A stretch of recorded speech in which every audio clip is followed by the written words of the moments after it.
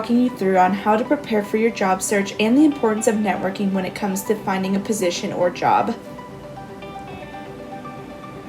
Like most things in life, preparation is key to a successful job search. You want to make sure you have all of your application materials ready before you go to submit applications to jobs or positions. Common documents that employers request upon application are resumes and CVs, cover letters, letters of interest, list of references, portfolios, or examples of works or projects that you have done. So be sure to have all of these documents prepared and ready to go when you are applying for a job or when you are interviewing. Also, be sure to include your personal website or e-portfolios that you might have, and make sure they're just up to date and ready to be shown to a potential employer when the time comes. Be sure your social media accounts are also professional and that you don't have anything on them that could cause further discrimination or second thoughts about your ability to do the job. It is probably a good idea to make them private during your job search. You also want to have your 30-second elevator speech prepared before applying to jobs. Remember, the elevator speech is like a commercial or ad for yourself, so highlight your strongest skills, abilities, qualities, and interests. Doing some research before starting your job search is really going to help you give focus and clarity of who and what you should be looking for. Start by researching common career paths graduates in your major academic program go into. While doing this, be also thinking of how much money you would like to be earning and where you would like to be living. A big city is going to offer a higher salary but also a higher cost of living versus a rural area with lower salaries and lower cost of living. It is also common for graduates to pursue jobs or opportunities that is not directly related to their field, because you want to make sure you are doing something that you are passionate and interested in, and many jobs just require a 4-year degree at an accredited university. That being said, you do want to show the employer your strong interest in the job or company versus someone with no clear focus on what they want to do. Often when searching for a job, many of us will turn to sites such as Handshake, Indeed, or other job search sites to start looking for postings. This is a great start and a great way to get into your job search, but be aware that this type of searching falls under what is considered the visible job market, meaning that 90% of job seekers apply for about 20% of jobs available in this market. The visible job market does include opportunities that are posted on various media sites, and it results in the candidate making contact with the employer as a result of a job opening that is advertised. Common ways to find jobs in the visible job market is through Handshake, Indeed, company postings, and social media. The hidden job market is where 10% of job seekers apply for 80% of jobs available. As the name suggests, there are positions that are not advertised or posted. In order for you or the candidate to find these opportunities and positions, you will have to network and reach out directly to people you know or to employers and their representatives. Be sure to attend career fairs to meet one-on-one with employers or people representing the company.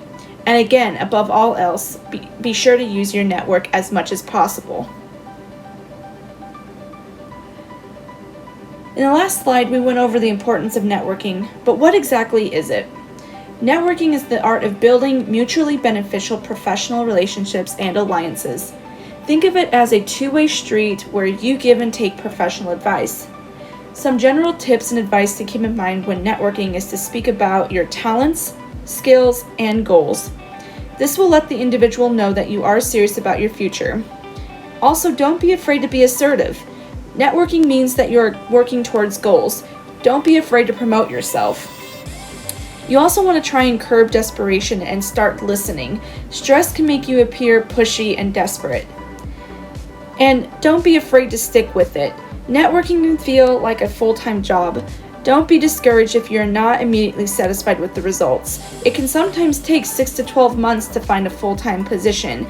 So please don't lose patience in yourself and keep on networking and talking to your connections.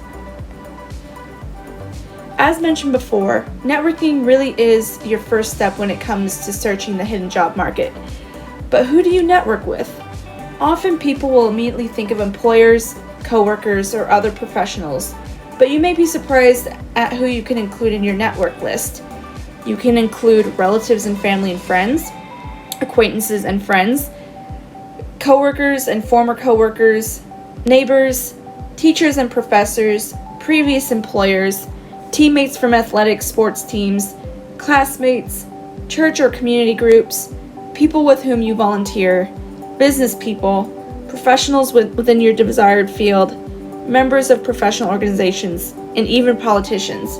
Now, this is just a sample list, and you can really include anybody that you know and anybody who you think might be able to help you find that job or position. You could even talk to peers that have recently graduated with you, and maybe they've gotten a job at a company that you're also interested in, and just feel free to ask them how they found that position, how they went about applying to it, and if there's anybody they can speak to directly at that company. Don't be afraid to ask people questions. Before going out to network, you do want to keep these do's and don'ts in mind. Do meet people. You want to meet as many people as possible because you never know when they're going to be able to help you find a job or whenever they're going to put in a good word for you when finding a job. You also want to circulate when you meet a group at an official meeting or seminar. Don't just talk to the same person at that meeting, and get out of your comfort zone. Don't just stay with that one person. You want to get out there and you want to mingle and meet people, as many people as you can.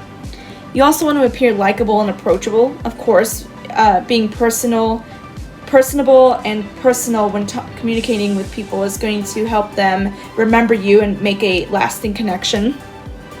You also want to follow up with prospective contacts without hounding them. So don't email or call somebody every week about that job or about if there's a job opening yet at the company, but you do want to maybe email or communicate with them at least once every 3 months just to keep on a regular basis. So again, consider prepping business cards when you're networking, and business cards typically have all of your information on them, such as, of course, your name, position title if you currently have one, your professional email, or just the best way to get in contact with you, and any other points of interest that you might want to have on that card that will help you stand out to employers.